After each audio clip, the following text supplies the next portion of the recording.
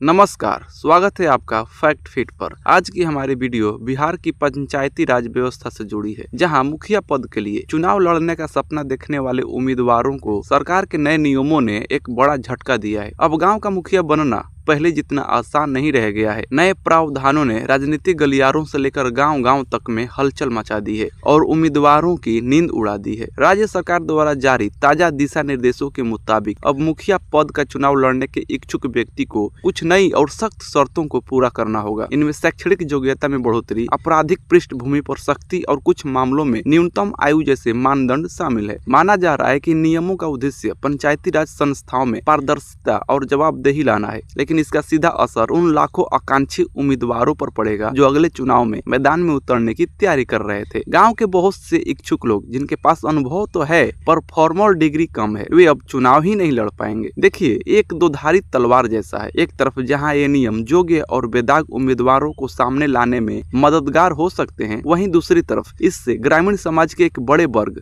विशेषकर वरिष्ठ और अनुभवी लेकिन कम पढ़े लिखे लोगों को राजनीतिक प्रक्रिया से बाहर करने का खतरा भी है। सवाल यह है कि क्या शैक्षणिक डिग्री एक अच्छे नेता की गारंटी है? गांव की समस्याओं को समझने के लिए जमीनी अनुभव की भी तो उतनी ही जरूरी है। इन नए नियमों पर राजनीतिक प्रतिक्रियाएं भी बटी हुई हैं। जहां सत्ता पक्ष इसे सुशासन की दिशा में एक साहसिक कदम बता रहा है, वहीं विपक्षी दल इसे लोकतंत्र पर हमला और आम लोगों को चुनाव लड़ने से रोकने की साजिश करार दे रहे हैं। आने वाले दिनों में इस मुद्दे पर जोरदार बहस होने की उम्मीद है। तो साथियों, स्पष्ट है कि बिहार में पंचायत चुनावों का नजारा बदलने वाला है। नए नियमों ने राजनीतिक समीकरणों को हिलाकर रख दिया है। अब यह देखना दिलचस्प होगा कि ये बदलाव ग्रामीण सशक्तिकरण का नया मार्ग प्रशस्त करते हैं या फिर आम आदमी की राजनीतिक भागीदारी में एक बाधा बनकर उभरते हैं।